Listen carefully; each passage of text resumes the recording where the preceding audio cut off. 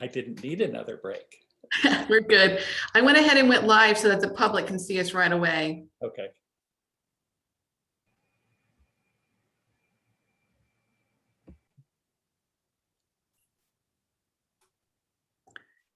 Okay, Hi, so- everyone. Just so you know, Oh, we're already live so that the public can see us right away, just so you know.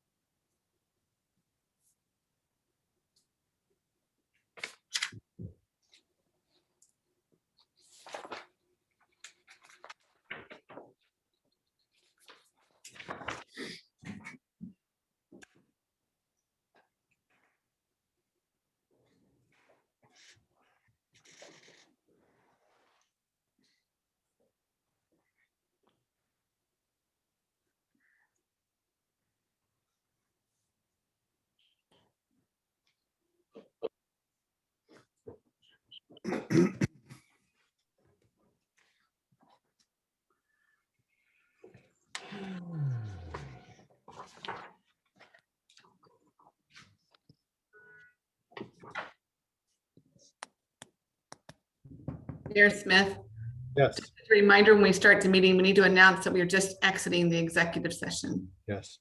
Thank you.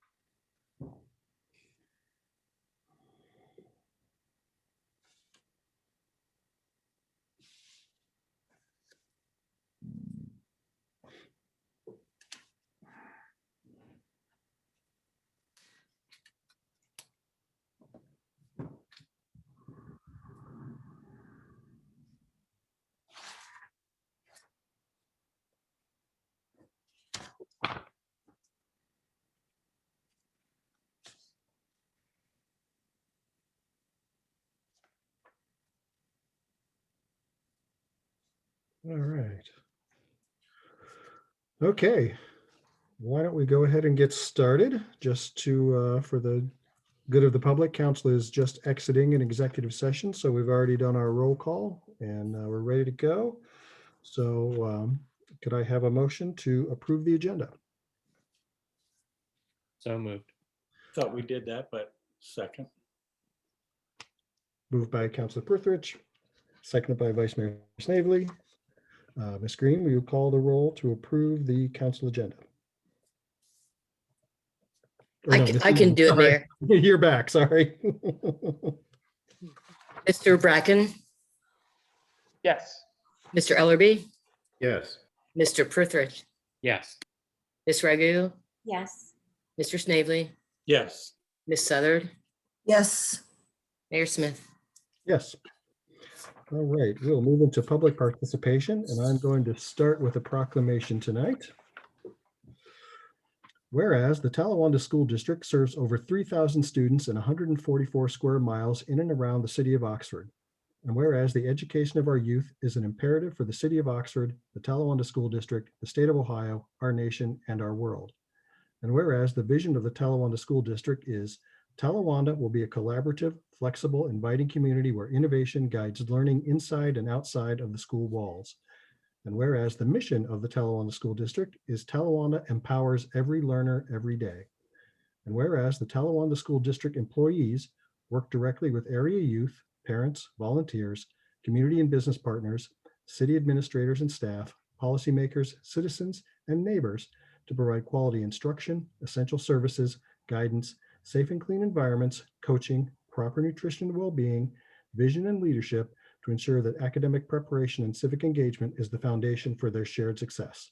And whereas employees of the Talawanda School District have been providing instruction and services to families both in person and virtually, and whereas our community has benefited from the innovation and dedication of the Talawanda School District employees for more than 1 year during the COVID-19 global pandemic. And now, therefore, I, Michael Smith, Mayor of the City of Oxford, do hereby proclaim May 10th through May 14th, 2021 as Talawanda School District Employee Appreciation Week in the City of Oxford. And I encourage all citizens to publicly and privately thank and share their appreciation with all employees of the Talawanda School District for their selfless service to our children and to our community. And I was told there might be somebody here who wanted to perhaps comment? No? I do see a Mr. James. Go ahead. Yes, thank you so much to Oxford City Mayor Mike Smith and members of the City Council. This proclamation, as stated, is an effort that we hope many members of our community will be made aware of in an effort to show appreciation and gratitude to the 500 plus people who serve, teach, help, support, and invest in the lives of our children and community families. This past year and the past few months beyond that year has been an incredibly challenging year as we have all navigated the realities of a global pandemic. Members of the Oxford Rotary and the Oxford Kiwanis Club have worked together in an effort to bring forth this proclamation tonight to you all in efforts to wordsmith. But at the beginning of next week, we will be joining together to travel to each of the school buildings and other departments to provide a personalized gift of appreciation, as well as a gift certificate to Spring Street Treats to each member, an employee of the Talawanda School District. With that being said, I am certainly very much appreciative of Dr. Ed Thoreau and Holly Morrish from Talawanda School District, Mary Ann Eaton for all of her efforts to help support this effort of the proclamation, and the many members and board members of both Kiwanis and Rotary who have made this a reality. Thank you. Thank you. We're happy to do it. And we have Ms. Morrish. Go ahead. Thanks, everyone. I just wanted to take a moment and tell you how grateful we are for the recognition. It's really awesome to have the proclamation for next week to recognize all of our staff for their very hard work during COVID-19. It's been a difficult year, but I think all of our people have risen to the occasion, and I'm just terribly appreciative and grateful that they're being recognized for that. Thanks so much. All right. Thank you. There's no one else. Thank you. All right. Let's move on. We have a end of year presentation from the SCRC. And I think Mr. Wilson is helping out with that. Emily McCleary should be here to present. Should I promote Emily to panelist, or is she just going to speak? Do we know? Emily, I'll unmute you. She's going to present. Where's that? Okay, well, I'm going to promote you to panelist, Emily. Thank you.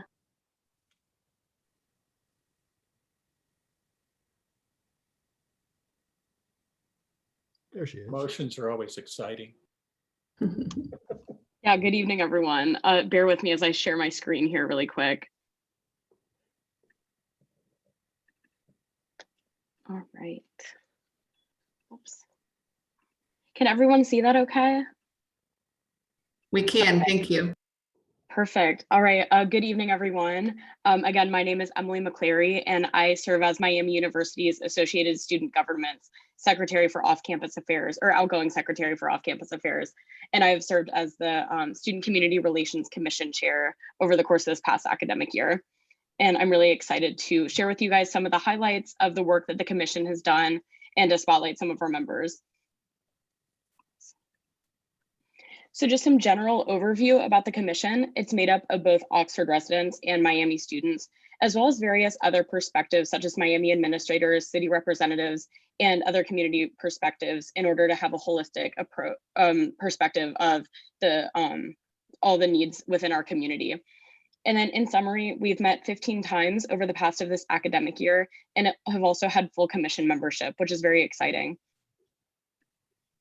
In the beginning of the year, the Commission decided that we wanted to focus our initiatives and goals towards 3 overarching perspectives, which were community health and wellness, local business support, and then accessibility of resources. So in the fall of 2020, after returning back to campus, we became very involved in ASG's COVID-19 ad hoc committee on making sure that we're providing education and resources to our students to help them best navigate the pandemic. And then we also endorsed the It's on Us bar training initiative in partnership with Women Helping Women. We collaborated with the student organization IGADEA for local business support initiatives. And we also endorsed the university's diversity, equity, and inclusion recommendations that came from the President's DEI task force. And then we also recommended a proclamation to recognize the Republic of Artsakh, which was passed in City Council a couple months ago. In the spring, we implemented ASG's first ever community newsletter that was focused on providing resources to off-campus students available to them from both the university and the city so they can feel more connected in both of these communities. We also created a local business spotlight in partnership with the Oxford Chamber of Commerce. And then myself and another cabinet member in ASG formed the Greek Life Committee in partnership with all 3 presidents of Tri-Council to identify issues that affect this large group of students, both at the university and in our community. We implemented the Mask Ambassadors program that passed out masks every Friday and Saturday uptown to students and community members uptown. And then finally, we collaborated with ASG's Secretary for Communications on health and wellness information and education campaigns regarding COVID-19 health and safety practices, as well as education about the vaccine. In terms of discussion topics and opportunities going forward, we introduced a community concerns area in our meeting geared towards addressing concerns that are faced by both students and community members. And then we also, going forward, an opportunity is connecting with other boards and commissions within the city, as well as our outreach and collaboration with City Council. We want to work on continued incident reporting from the Oxford Police Department on identifying trends and continuous issues that we face in order to be able to better address them. And then finally, we want to continue working on engagement between students in the community as we're exiting the pandemic here and everyone is getting back together in Oxford and all the growth that can occur there in terms of our relationship. And then finally, I want to say a thank you to Megan Hess, who served as the previous SCRC chair, for all of her work that she did with the commission. And then also to congratulate Connor Manley, who has recently been elected to serve as the chair for SCRC this upcoming year. And then Connor couldn't join us tonight, but I wanted to give a little bit of background about him. He's a junior business economics and business analytics major from New York. And he has previously worked on renters' rights information for students, as well as single-handedly did the Mask Ambassadorship program. And then where he wants to focus going forward is continue working with the city and building a relationship between students and the university and the city. And he also wants to continue improving renters' rights education resources so that students can make the most safe and informed decisions when deciding where to live. And then he also wants to advocate for safer conditions for students in Oxford. And I've worked with Connor this past year. He's a great guy and a really hard worker. And so I know that he'll be great with you guys and is excited to get to work with you all. And then since he couldn't be here, he asked if I could provide his email address.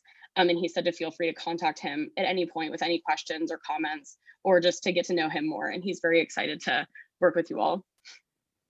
And that's it from me. If anyone has any questions or comments, I'd be happy to take them. All right. That was great. Trying to juggle all the screens. So anybody has any questions, just I see Bill's hand. Just want to congratulate you on a successful year and wish you good luck. Thank you. Yeah, you had a tough year, and I think you guys did really well. So appreciate that. All right. Thanks for everything. Thank you, everyone. Have a great evening. You too. Mayor Smith, Yes. I'd just like to make an announcement that we are having trouble streaming to YouTube tonight. I just I saw can't get that it. pop up, I so- can't get it to work. So just want to let everyone know this. I'll post it tomorrow from this recording. All right. Let's move on to appointments from boards and commissions. We're working on the Comprehensive Steering Plan Committee, and I'd just like to say we had some very tough decisions tonight to make, probably the toughest we've ever made. So if you weren't picked tonight, I just want to say we would still like to have you come to these meetings and make a contribution. Everybody's welcome, and the more input, the better. So I will turn this over to Councilor Southard to read the nominations. The nominations for the Comprehensive Plan Steering Committee are as follows.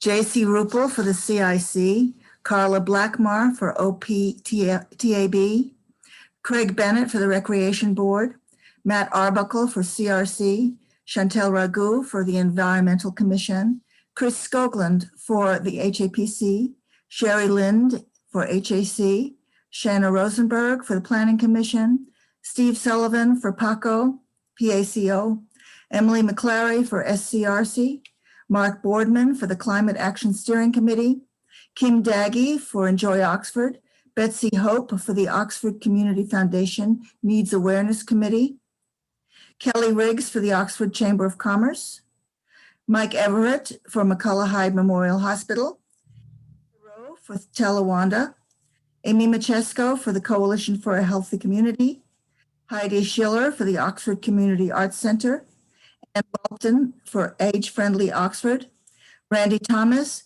Miami University, Scott Walter, Miami University, Kate Rumanier, Oxford Township, and Ian Cron for PCRRC.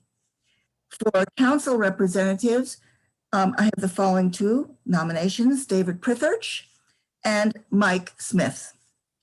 For the youth representatives, Michelle Mao, William Salsarulo, and Harrison Craddock. And for citizens at large, 3 representatives, Connie McCarthy, Steve Dana, and William Hazelton. And thanks to all for their willingness to serve. All right, may I have a motion to Second. approve? All right. Ms. Eaton, will you please call the roll? Mr. Ellerby, Yes. Mr. Prithurch, Yes. Ms. Ragu, Yes.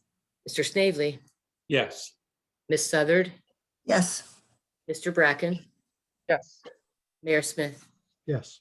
All right. We really appreciate everyone who's willing to serve on that committee. We'll move on to public comments. Anyone wishing to address council tonight on issues that are not on the agenda or on the consent agenda, please state your name and address for the record.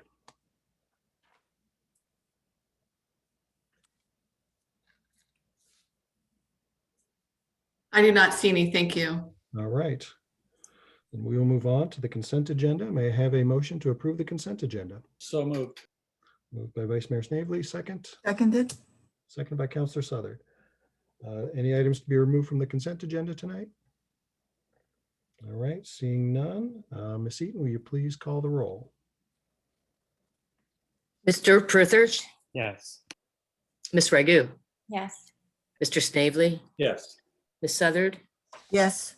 Mr. Bracken, Yes. Mr. Ellerby, Yes. Mayor Smith. Yes. All right, we'll move on to resolutions. Now, before we read our first resolution, I will need a motion to substitute the most current resolution into the agenda. Councilor Ragu, would you like to do that? Yeah. Do you need me to say what the differences are, or does everyone have a copy? Every council member has a copy of it. Yeah, You sent that out.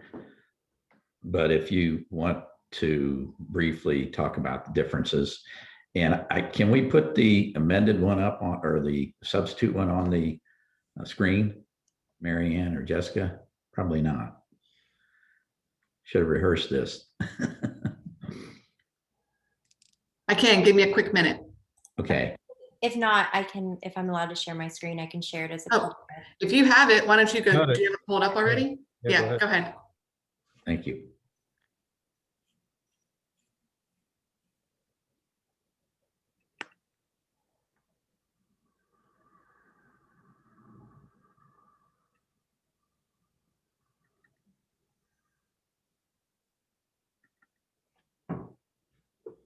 Can you see that? Yes, looks good. Okay, all right. The difference is it's a removal of the representative's name from the title. And then also the proposal is still actively morphing as we speak. So it was changing the shortening of early voting to eliminating one of the busiest days of early voting in that place, and then also lower right here. So they were small changes. Okay. So I guess we'll need a motion then to do that substitution. Okay. Chantel moved it and I seconded it already. All right. Thank you, Bill. So we should probably vote on that. Yeah, Mary Ann, if you'll call the roll to accept the substituted resolution. Ms. Ragu, Yes. Mr. Snavely, Yes. Ms. Southard, Yes. Mr. Bracken, Yes. Mr. Ellerby, Yes. Mr. Pruthers, Yes. Mayor Smith. Yes. And just to follow procedure, why don't I have Mary Ann read the original resolution statement, and then we'll vote on the, am I getting this? Am I overthinking it? I think we just need to read the new resolution. Yeah. Yeah, 'cause we've already substituted it. Yeah. Then I will need a motion to adopt the substituted resolution. So moved. Moved by Mr. Brithrich, second by Councilor Ragu. And we have already discussed it. Is there anyone from the public who would like to address this resolution before council? Has the title of it been read into the record? No. So maybe the Mary Ann might do that, and then we can. Mary Ann, read the title. Yeah, that's where I was going. Resolution of council calling upon the Ohio legislature to reject voter suppression laws proposed to limit ballot boxes to one per county and to eliminate one of the busiest days of early voting. All right. And there are people from the public. All right. Let's see, Ms. Shaman, go ahead. Good evening, Amy Shaman, 11 Heather Ridge Court, calling this evening on behalf of myself and my family. I want to thank Councilmember Ragu for bringing this resolution. The United States of America was founded and has evolved over time to mean that all of us should take upon ourselves the obligation to vote seriously. And I believe that it is the obligation of our government to provide as many safe and legal means of voting that there can be. And I heavily support this resolution, and I appreciate City Council considering it. Thank you. Thank you.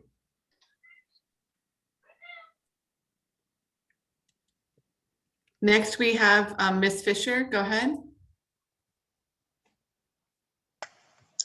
Hello, good evening, everybody. This is Jenny Fisher. I am the co-president of organization for our local League of Women Voters. And I am here today to read the statement that we prepared. Our league has been actively advocating for voter rights in our community since 1954. Last spring, so in spring 2020, we were pressing our Butler County Board of Elections on accountability for 318 mail-in ballots that were unable to be counted during the primary election. These ballots were mailed on time but misplaced by the United States Postal Service. In accordance with Ohio law, these ballots were not counted and the identities of these voters were never released. We need to continue to advocate for support and funding of the Postal Service, but the reliability and the consistency that they have demonstrated for decades may continue to be impacted by the lack of resources and political pressure. It is unwise of the Ohio State Legislature to lock in any policies that may hurt Ohio voters in the future, especially in regards to voting. In the summer and fall of 2020, we were advocating for an official Butler County Board of Elections drop box to be installed in our community. As you know, our city is a 45-minute drive to our Board of Elections. If an official drop box was installed inside of our library or inside of our city hall, could this benefit our community? Would this be safe at night? There is a lot of discussions on ballot drop boxes in 2020, but they are not a new concept. And there are communities in this country that currently rely on them for the implementation of their elections. We see no reasons that Ohio should be limited to one drop box per county. And there are so many secure drop box solutions that have been implemented across the country. Ohio can benefit from these solutions. Each year, elections are securely implemented in our community. And locally, we have an adequate number of polling locations. And we here in Oxford, we have short wait times. The state and our Board of Elections are under a lot of stress to get enough poll workers to successfully implement elections. Poll workers are asked to work very long hours, 15 hours in one day, and for not much pay. As an organization that encourages poll workers to give their time to support our local elections, to support our democracy, we witness a staffing crunch that the Board of Elections continues to battle. Solutions that allow voters to cast ballots in advance of Election Day can ease some of the strain. According to Ohio Secretary of State, 59% of the ballots cast in the November 2020 election were cast prior to Election Day. We want to give a thank you to Council Member Ragu for introducing this resolution to our state legislature, and our league supports advocacy for more drop boxes as well as convenient early voting hours. Thank you. Thank you. Next, we have Ms. Brinkman. Go ahead. Hi, my name is Kathy Brinkman, and I live at 404 Emerald Woods Drive. First, I want to thank Council Member Ragu for introducing this resolution. At a time when some states are working to remove hard-fought advancements in voting rights, it's encouraging to see our City Council consider a resolution that is in favor of common sense improvements like additional drop boxes, and that is concerned about removal of a day of early voting. I was able to watch Secretary of State LaRosa's news conference last week, where he described the changes to Ohio voting law that he has been discussing with state legislators. Until the bill is actually introduced in the House, we won't know the exact provisions, but we do know that there are both improvements and setbacks that are likely to be included. The major improvement that is proposed is an online absentee ballot request system. This change has long been requested by voters and is fully supported by Secretary of State LaRose, and I applaud that improvement. What is troubling is that another improvement that voters and voting rights advocates have requested, additional drop boxes, is not to be included in the legislation. In fact, per Secretary of State LaRose, the legislation is to spell out that there is only one drop box per county. Secretary of State LaRose said at the press conference that he's open to additional drop boxes, but he hasn't shown enthusiasm for them, in my opinion. Butler County is in the same bad spot as some other Ohio counties that find a good percentage of the population has a 45 to 60-minute drive to reach the only drop box at the County Board of Elections. To make it worse, our Board of Elections is not accessible by public transportation. According to the Butler County Regional Transit Authority website, the closest bus stop is over 1.5 miles away from the Board of Elections. And even if there were a bus stop, that there would be more transfers and walking miles to accomplish from Oxford than is practical for most people who don't have their own transportation. So going to a drop box at the Board of Elections is only practical for those who have time and reliable transportation. So then you have to ask, well, who is harmed? Well, those with no transportation or no reliable transportation, the poor, the disabled, the elderly, those who suffer from few options in so many situations already. So is this a difficult problem to solve, to add more drop boxes? Other states would say no. There are a number of states that have been utilizing vote by mail and drop boxes for years. I did some research on Washington state, and 60 to 70% of the ballots returned in the November 2020 election came in via drop boxes. So Ohio can certainly tap into solutions that other states have perfected over the years. Finally, elimination of early voting on the Monday before Election Day is going to present a challenge for voters. Secretary of State LaRose states that the intent is to move the 6 hours of voting on that Monday to other days, not to reduce the total number of early voting hours in place now.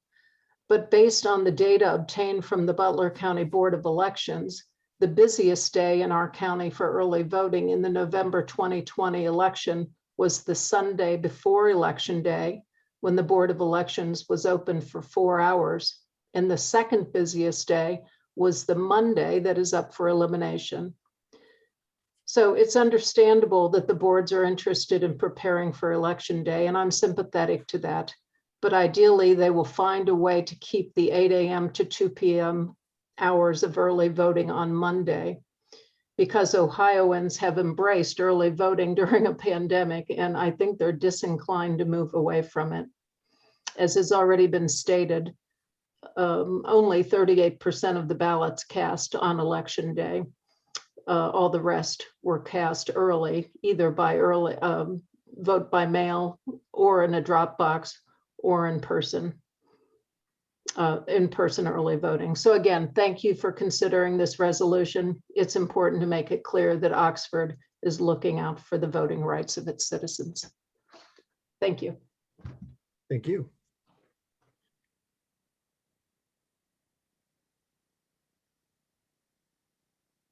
I do not see anyone else. Thank you.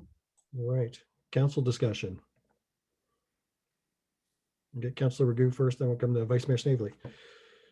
You know, the goals of voting should always be 100% voter turnout, even though we had a lot more people than we ever had vote during this past election. It by no means was the highest voter turnout. The highest voter turnout was in the 90s. So, you know, we still have a lot of ways to go. And I think the goal should always be 100%, no more, no less. And that we should always be looking at what is the evidence out there to encourage voter turnout. And the things that are being proposed are very clearly, obviously meant to suppress the votes. The Secretary of State has said that there's obviously not been any fraud that has happened during the 2020 election. So I have no idea why they would try to change the policies that worked so well last year.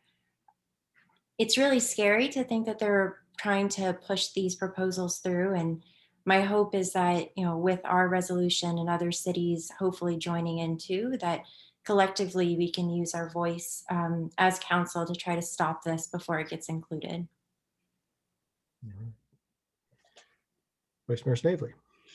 I support this 100%, and I want to thank Chantel for bringing it forward. I also want to thank Synod, and I think your council is listening. I have about 5 very small corrections to make that I hope will be a friendly amendment. On the first whereas, curb voter access is antithetical to the foundation of democracy. I think that would be the proper term. In the second whereas, if the distance to a polling location, I think it should be 2 L's. I've been doing research on polling for a good portion of my career. And ballots cast. So leave off the ED. Furthermore, drop boxes have a positive effect on voter turnout and decreasing the distance. So eliminate the word that. And finally, you can tell I'm a teacher. I'm sorry. I apologize. On the third, whereas an extra day of early voting increases, plural, voter turnout by 0.22%. So very small, little corrections, but I want it to be perfect when it moves forward. And I really, this, in so many states across the country, these movements to try and restrict what it means to be a democracy in our country, just, it's maddening, and we shouldn't put up with it. And I think Kathy Brinkman said it very well. Here we are in Oxford. I went to early voting, but I didn't have a full-time job. I had to drive 45 minutes and wait into a long line to get there. Not everybody has that ability to do that. And so it would be much more convenient to have it at the city building or at the public library, someplace public and secure, where people in this area could all come and utilize that. So I support this 100%. I'd like to second the friendly amendment. All right. If Chantel likes it, then it's in there. Okay. Thank you. Thank you, Glenn. I appreciate it. Let me get Councillor Souther, then Councillor Pursuich, and then Councillor Ellerby. Yeah, thank you for bringing this forward. I think this is obviously very important. And we can hopefully work together to make change. The League of Women Voters has long been active in helping people get out the vote on a nonpartisan basis. And that is an effort. Our league is very strong and has been working for many, many years to make this happen. At the last election, we even through the league and through the senior center had special vans to bring people to the voting, to the polls. But that isn't enough. As Councillor Raghu says, we would like to have obviously as many people as possible vote, and everybody's vote should count in this democracy and in this country. So this is a great thing, and let's move forward with it. All right, Councillor Pursuich. So I really want to thank Chantel for this, and also for the support from the League of Women Voters and Amy Shaman, who articulated all the reasons why this is really important. I mean, you shouldn't need to own a car to participate in our democracy. Like, it's BS. And even our own local polling places are not particularly accessible to where the majority of our voters in town live, which is, for example, on campus, many of them without a car. So to me, I think it's just a simple equity issue. And so I don't know what some parties are afraid of, but I think that democracy works better when more people participate, and let's compete on that basis. So thanks for advocating on behalf of Oxford, Chantel. Councillor Ellerby. Yeah, regarding voting laws, I hear a lot of people say that there aren't any systemic issues in America, yet for whatever reason, a whole lot of laws are being proposed now. Not exactly sure why, but I can say this. If you want to look at a place where they have ideal voting laws in America, you only need to look to Utah. And they actually changed their voting laws this year as a result of the past election that we had. And if you want to go down a fun research rabbit hole, you can see what the changes that they made were compared to places like, Georgia, some of the proposals here, and various other states. The difference is there's little to no competition in that state versus having competition in the other states where they're proposing things. And I'm a person who likes municipal interests, and this reeks of special interest based off of certain things that I've done my research on. And, I agree with this particular resolution, but hopefully it carries enough weight to deal with that bill that's in Ohio. All right. I too echo everything everybody has said, and I hope, again, we can swing some weight in Columbus because I expect better from our state. So thanks for bringing this forward. With that, Ms. Eaton, will you call the roll? Mr. Snavely, Yes. Ms. Southard, Yes. Bracken, Yes. Mr. Ellerby, Yes. Mr. Pritchard, Yes. Ms. Ragu, Yes. Mayor Smith. Yes. Resolution is adopted. I will sign it as soon as I can so we can send it to Columbus. We'll move on to ordinances. We have a couple of first readings. So Ms. Eaton, you may read the first reading whenever you're ready. An ordinance amending ordinance number 3579 by prohibiting mass gatherings indoors of more than 10 non-household members within the city of Oxford, Ohio, to limit the spread of COVID-19 and declaring an emergency. All right, may I have a motion to adopt? Moved by Mr. Pritchard. Do I have a second? Second by Councilor Ellerby, and I will turn it over to Mr. Elliott. Thank you. Presently, our mass gathering ordinance restricts both indoor and outdoor gatherings to 10 guests. This ordinance proposes to exclude outdoor gatherings. And as we know, the risk of COVID-19 spreading outdoors is considerably less than indoor gatherings. And in addition, the Ohio Department of Health has rescinded the state order for outdoor gatherings. And I believe the city should follow the lead then of the Ohio Department of Health and the CDC. Social distancing is still recommended and face coverings are required in certain situations. And so I would recommend that we pass this ordinance this evening. All right. Anyone from the public who would like to address this ordinance before council? There is. Ms. Talbot, go ahead.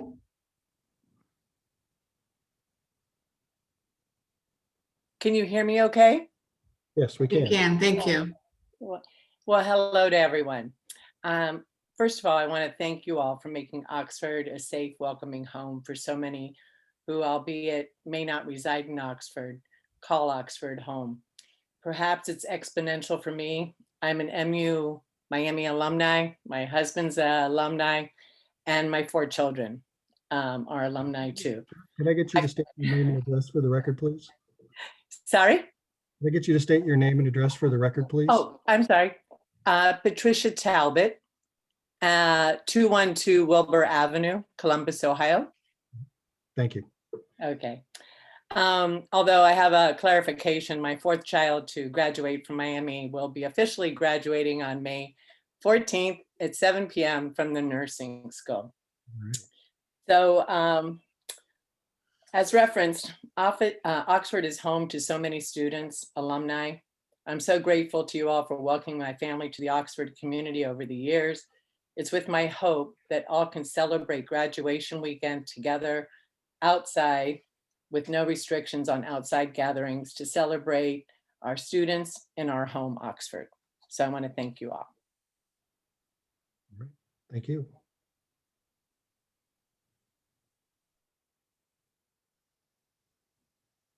I do not see any others. Thank you. All right, let's move on to council discussion. Mr. Pritchard. So as one of the advocates when we adopted this back, we started talking about this last July. I'm really proud of what we did with our mass gathering ordinance and that we enforced it. And I think it helped keep Miami and our community safe. I think it helped Miami have a safe and relatively safe semester. And I think it's worked well. And I want to thank OPD for enforcing it. All along, I think we knew that outdoors was safer than indoors. And now with the rates of vaccination and what we subsequently learned about the risks, I think this is a wise move. I think we can still protect through the mass limiting gatherings indoors.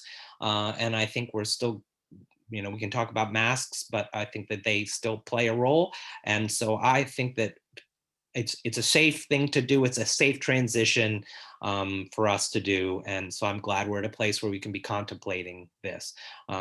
So I'm in support of repealing that portion of the mass gathering ordinance. Mr. Bracken. I totally understand where people are coming from and wanting to celebrate graduation. And I totally agree that outdoors is much, much safer. I think I mentioned at the beginning, it was orders of magnitude, and studies since then have confirmed that. My concern, however, is that there's not much stopping people from starting outdoor gatherings going indoors.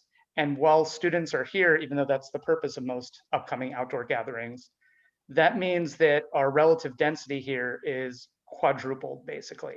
And the actual effective density is probably tenfold larger because of the social interactions of this age group, and also because families coming in from all over. And so the nodes of infection here are still really, really high while students are in town. And if I think we could truly relegate people to keeping it outdoors, I think it would be very safe, and I promote that. But I don't think there's a way to do that. And so while I approve of lifting this, I honestly don't think it's a good idea till the students have already left, even though I know how hard that is to say for so many families who want to celebrate. But I still think even a small chance at passing an infection to somebody who could be seriously ill from it or sadly pass away, which we've had a number of deaths within Oxford, just isn't worth it. And so I don't think I'm for this just yet, though I think I will be shortly.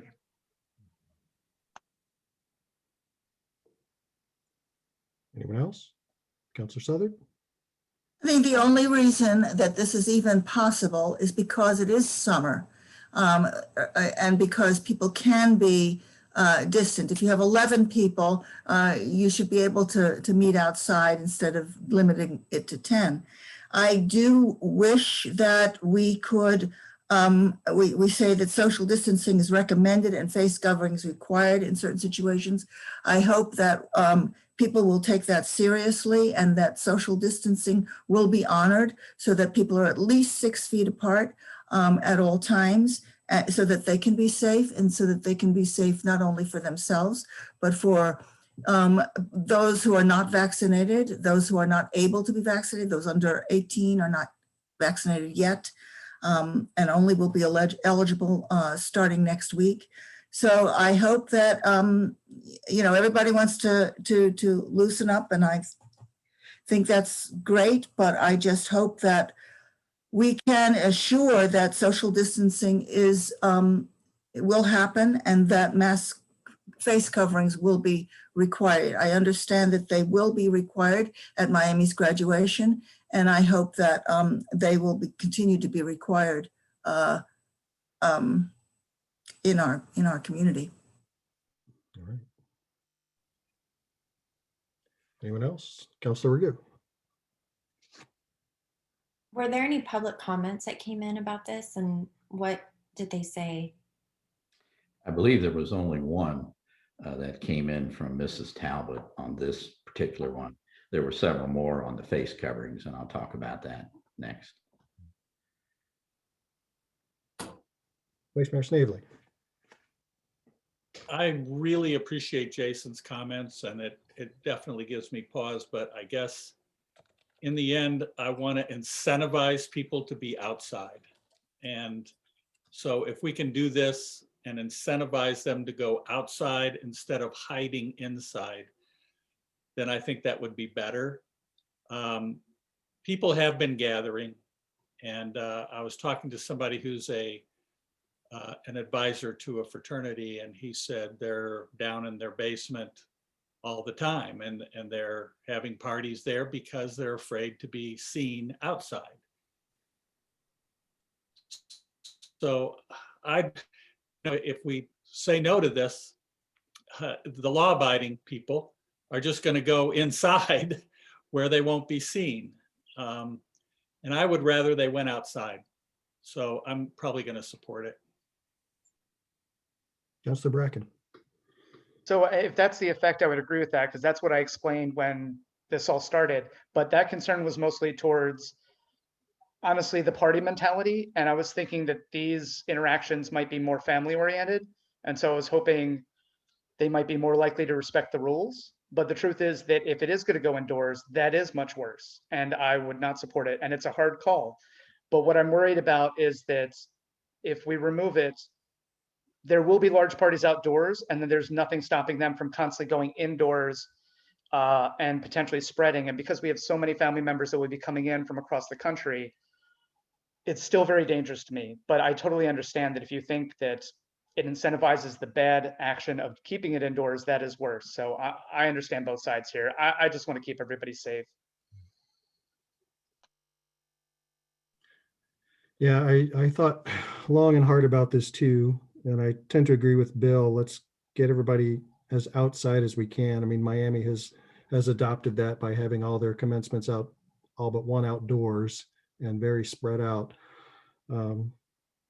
And I know, you know, the infection rate amongst the Miami students is very, very low. I think our last numbers were less than 1%. So I feel like the student population is very safe. It's just those that may travel here from somewhere else. So I'm willing to support this and get everybody back outside. So any other discussion or comment? All right, Ms. Eaton, will you call the roll? Ms. Southard, Yes. Mr. Bracken, No. Mr. Ellerby, Yes. Mr. Prithridge, Yes. Ms. Ragu, Yes. Mr. Snavely, Yes. Mayor Smith. Yes. That ordinance is adopted or revised. Now we'll move on to our second first reading. Ms. Eaton, will you read it whenever you're ready? An ordinance repealing ordinance number 3573 adopted July 14, 2020, requiring face coverings in any public space within the city of Oxford, Ohio, to limit the spread of COVID-19 and declaring an emergency. All right, motion to adopt.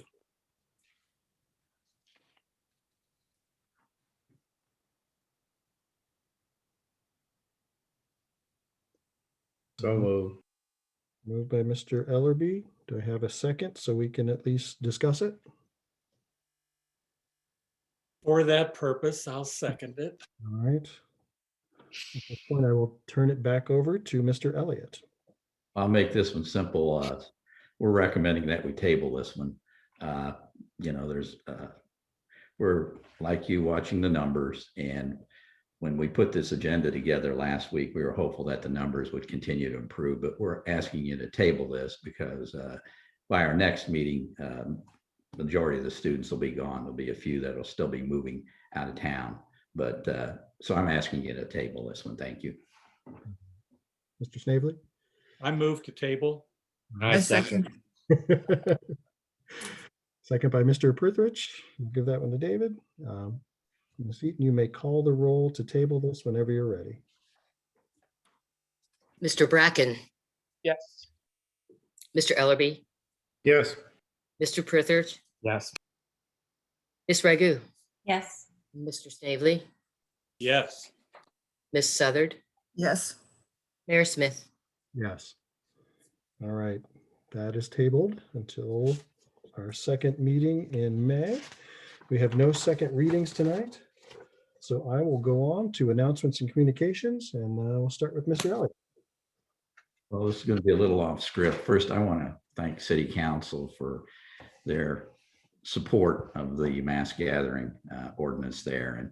And as we all know, this has been a very, very difficult year for us. We're not out of the woods yet, but we do see some light at the end of the tunnel, and I hope that gets closer and closer.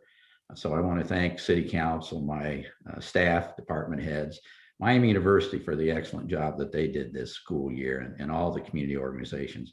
You know, I'm very proud of our city and what we were able to accomplish. And, you know, so I want to thank everybody, and we'll keep working on this. So once again, thanks. Just a couple of quick items.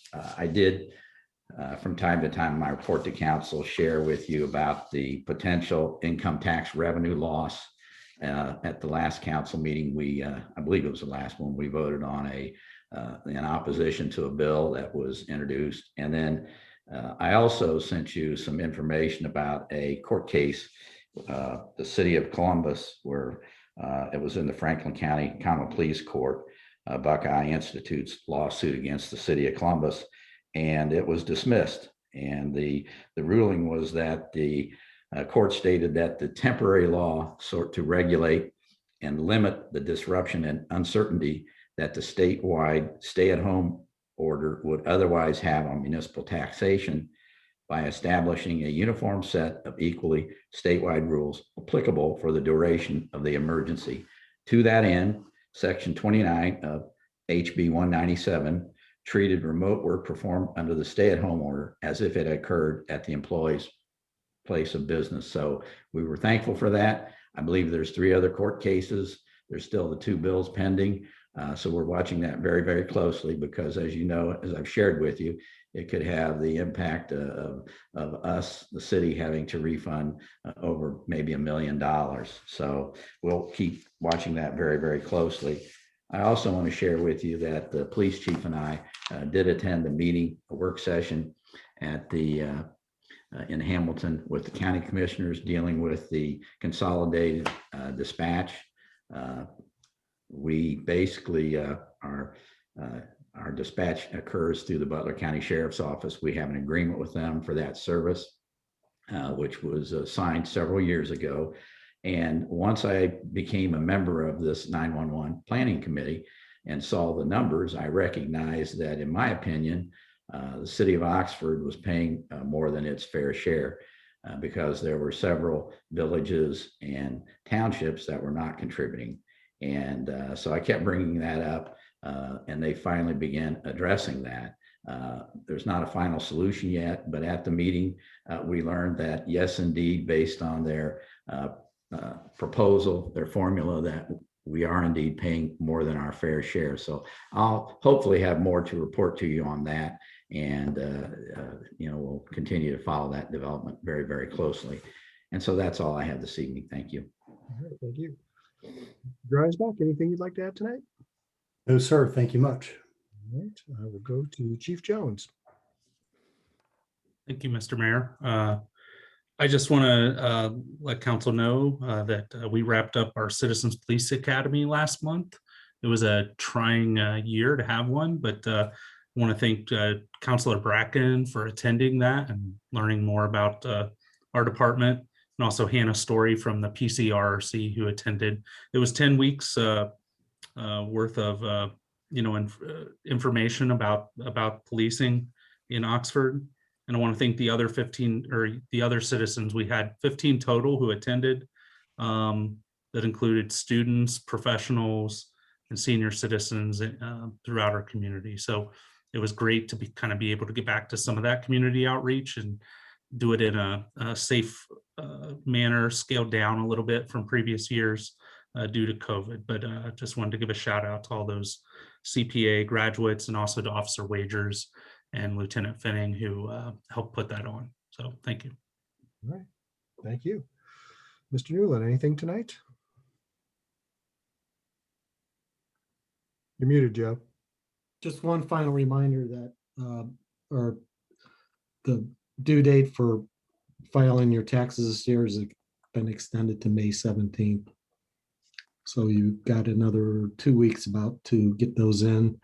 And if you wait a day late, then you're going to be more than $1 short because you'll owe penalty and interest at that point. Thank you. All right, thank you. Mr. Waddell, anything tonight? Yeah, thank you, Mayor Smith. Good evening, City Council. Just a few updates.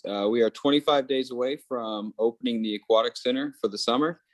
We believe we operated that facility very safely last summer and will, of course, do the same thing this year.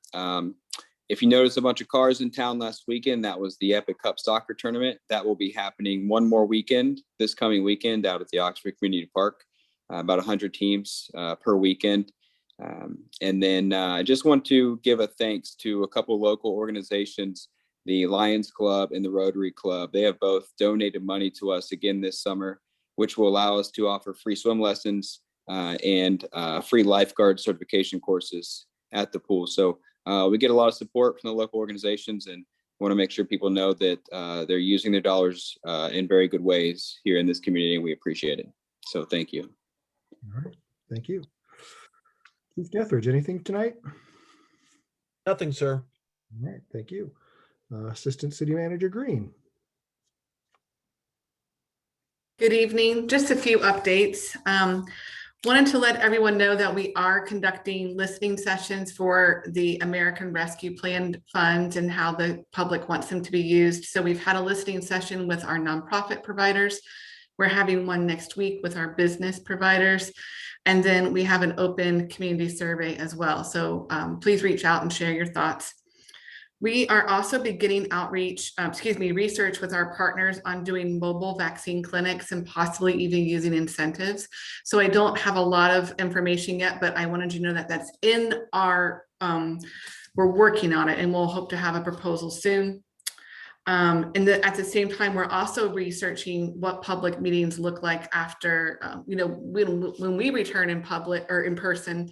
Do we want to allow, will the state allow some sort of virtual participation? So there's a lot of unknowns yet, but we're researching what's possible, and we'll also wait for some state directives. And then finally, I know that town and gown relationships are one of our top goals for City Council, but we don't provide a lot of updates about this. And so I wanted to provide a quick update that I have been working very closely with the Miami University President's Office on a variety of topics, from the College at Elm building, Amtrak, the Oxford Area Trail. Just today, Miami University said that they would match the third phase of the Oxford Area Trail. And they've just been a really open line of communication as we've gone through this really challenging year. So you may not know that all that's going on. And so I just wanted to share that update with you today. So thank you. All right, thank you. Let's see. Mr. Perry's not here, but Mr. Wilson, anything you'd like to add? I don't have anything to add, but thank you very much, Mayor. Thank you. Ms. Eaton, anything tonight? Nothing tonight. Thank you. All right. Mr. Kennard, anything from our law director? Yeah, and this is I kind of an unscripted comment, but as I was sitting here, I got an alert from election day results, and I dawned on me that there's a number of communities that are having some charter review items, and it's been a topic that's come up. I don't think that this is necessarily the year to have a charter review. I know it's been a while since Oxford's had one, and it's a topic, but I would suggest, and I'm planting the seed, that in light of the pandemic, and we're coming out of it, if there's some things that we want to consider for a charter review that relate to that. I noticed that when I saw one of the stories that Dayton added some charter language that relates to some powers that are when there's a state of emergency declared that they didn't have before, just as something that is as a safety valve. So anyway, those are my comments. That I don't think it's anything urgent, but something to ponder on an item moving forward at an undetermined point in the future. All right. Let's go to council. We'll start with Councilor Ragu tonight. Thanks for that update on the American Rescue Fund and kind of the process going through it. That's awesome to get as much input as possible. I think whenever I ran for council, I always wondered, like, why am I doing it? And, ultimately I want to live in a town that is really clean and it's equitable and it's thriving. On a moral standpoint, I just want to know that the people I live down the street from feel like they're not going to get evicted. And I want to know that they can have access to permanent housing. From a very selfish standpoint, I want more things to do in town. I want to know, as a 35-year-old young person, that there are things to do and we are thriving. Our local economy is kicking butt. We can't do that without a permanent resident, year-round residency. We can't do that. So with our biggest employer having half of their staff getting paid less than $40,000, which is a whole separate problem, what can we do to make sure that those people that work here can also live here, so that our economy can thrive, so that it's the right thing to do, so that people don't have to commute from far away? So COVID has just exposed, it took all of our societal problems and lit it on fire.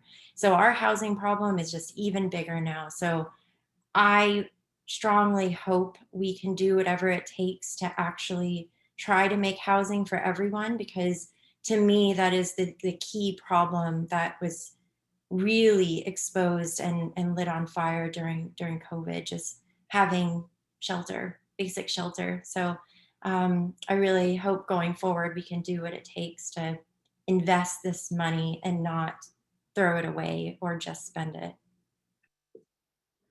All right. Counselor Ellerby. So it looks like the lights or we can see the light at the end of the tunnel dealing with the year that we had. And, you know, I want to commend the city staff on doing a fantastic job of getting the city through and actually setting some examples on how to do some things, not only in the state, but in the country. But we do have a very large gathering that's basically right in front of us. And we can't lose sight of making sure that everybody in town stays safe.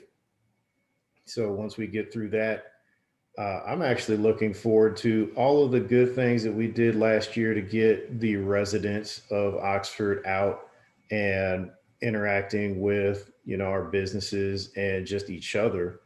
So hopefully we can have an uneventful graduation weekend and everybody has a safe and respectful time. And then we can start looking forward to having some of those events that we had last year to where we all can get out and enjoy each other's company. Well said. Vice Mayor Snavely. I totally agree with Glenn. I think that was a good comment. So I had an interesting conversation with someone the other day as I was giving away daylilies. And the comment was, you know, I used to like to go up to city council every once in a while. And I said, well, you get on Zoom. They said, well, my computer doesn't work very well and I have very unstable internet. So I said, well, I'm sure council will be talking about what we're going to be doing soon. That was a lame answer, really. But it got me to thinking about the number of people who don't have computers. The number of people, mostly maybe those who with less affluence in our society who aren't able to do these Zoom meetings. And I also reflected on the fact that I'm on 2 other boards, committees that are now meeting in person. So I guess my question is, what are our plans moving forward? So I'll have a better answer the next time somebody asks me, but I feel pretty comfortable in those. And if we are vaccinated mostly, and if I think the city manager indicated there are dividers that they've purchased for us, maybe we should talk about going back into person so that some people can come in person if they can't get on the computer. Maybe we can still have some mechanism for people on computer who can't get up there, but I think it's time for us to talk about getting back in person. All right. Councilor Southern. Yeah, I was struck recently by a comment made by somebody who worked at the university who had never heard the term town gown.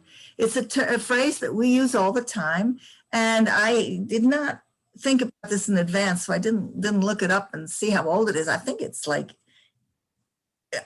I've heard it all my life, and maybe because I've always been interested in universities and around universities, but you know, one of the things that COVID has done is frayed the town gown relations a little bit.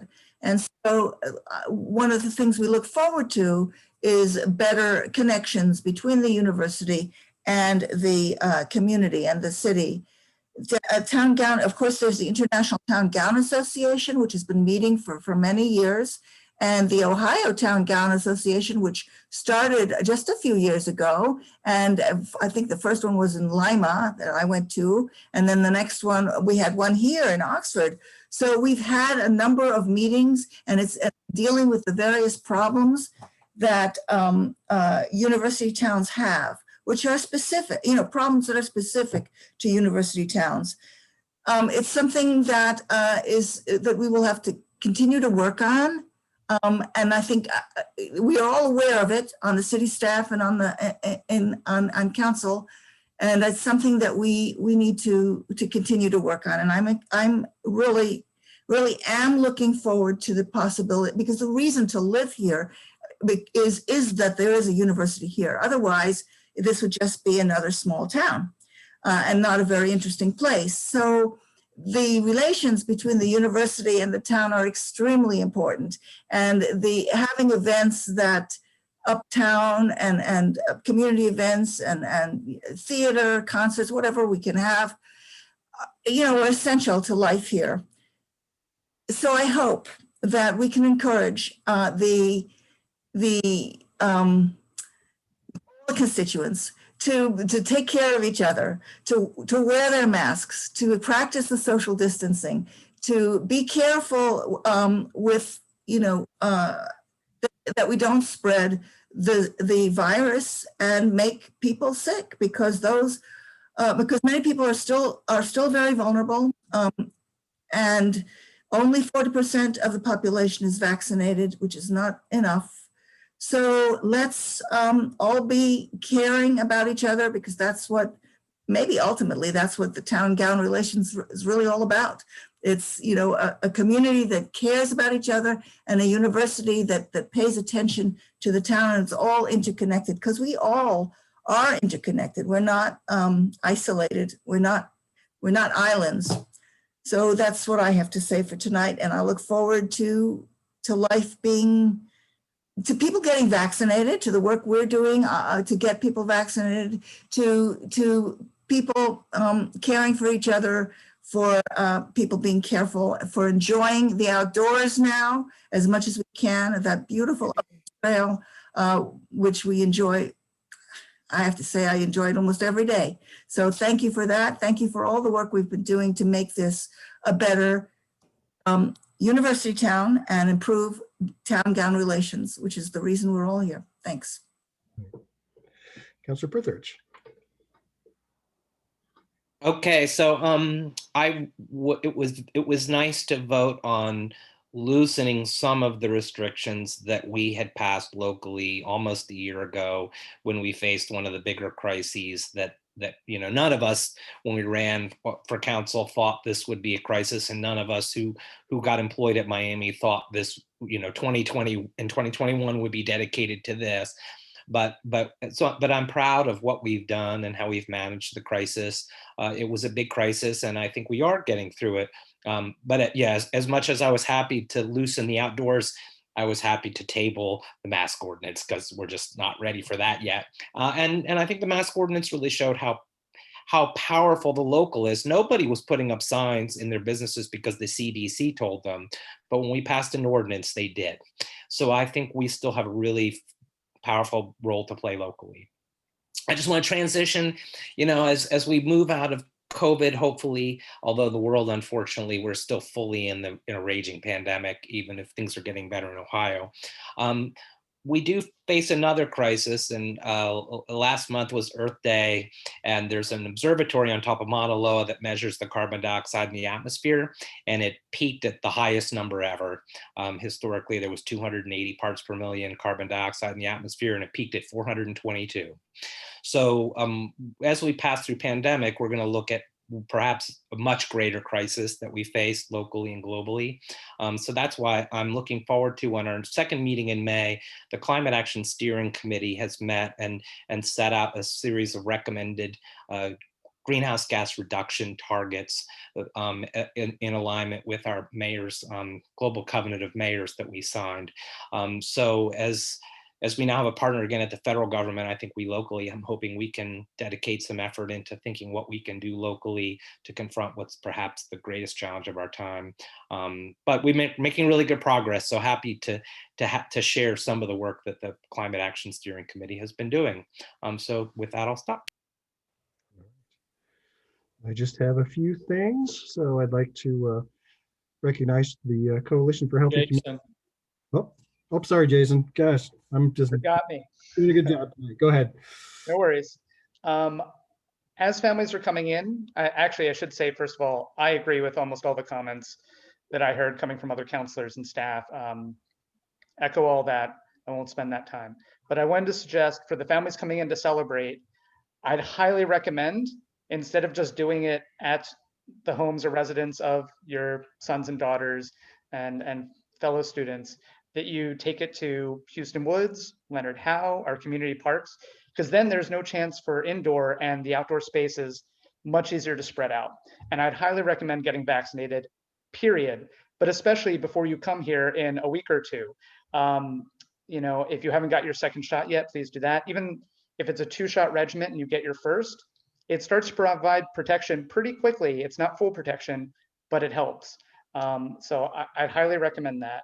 And I too look forward to, especially outdoors, opening up events again, right? I would love to see the outdoor concert series come. It would help our businesses, it would help our culture, it would help our community. I just want to do it safely. I think we can do that. I think the evidence is pretty strong that outdoors is pretty safe. I do think, and we'll be discussing this next time, masks, it's such a minor thing to do. I think at least indoors, we should consider keeping that. But I look forward to opening things up again in a safe way. And I'll leave it at that. Thank you. Thank you. All right, now I'll jump in. Coalition for Healthy Communities drug take back a couple of weeks ago, took back 202 pounds of unneeded medication and set a new record. So big applause for that. I want to plug this year, ShareFest will be returning May 13th through the 19th. You can either drop off items at Chestnut Fields parking lot, or if you'd like to still volunteer, you can go to sharefestoxford.org and volunteer. I was wondering if I could do an impromptu poll tonight. Again, this is along the lines of everybody getting vaccinated. So would everybody on council who's been vaccinated raise their hand? Raise their hand. All right.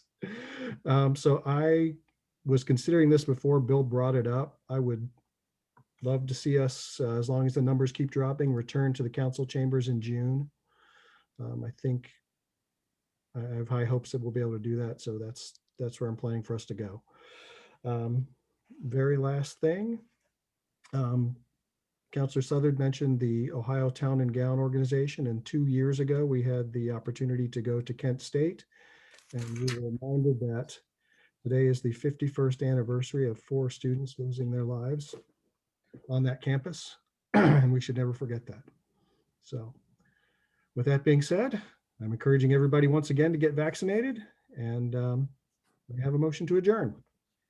so moved. Moved by Mr. Eaton, seconded by Councilor Southard. Ms. Eaton, will you call the roll so we may adjourn? Mr. Ellerby, Yes. Mr. Prithridge, Yes. Ms. Ragu, Yes. Mr. Snavely, Yes. Ms. Southard, Yes. Mr. Bracken, Yes. Mayor Smith. Yes. All right. Thanks, everybody. Have a good week. Aye.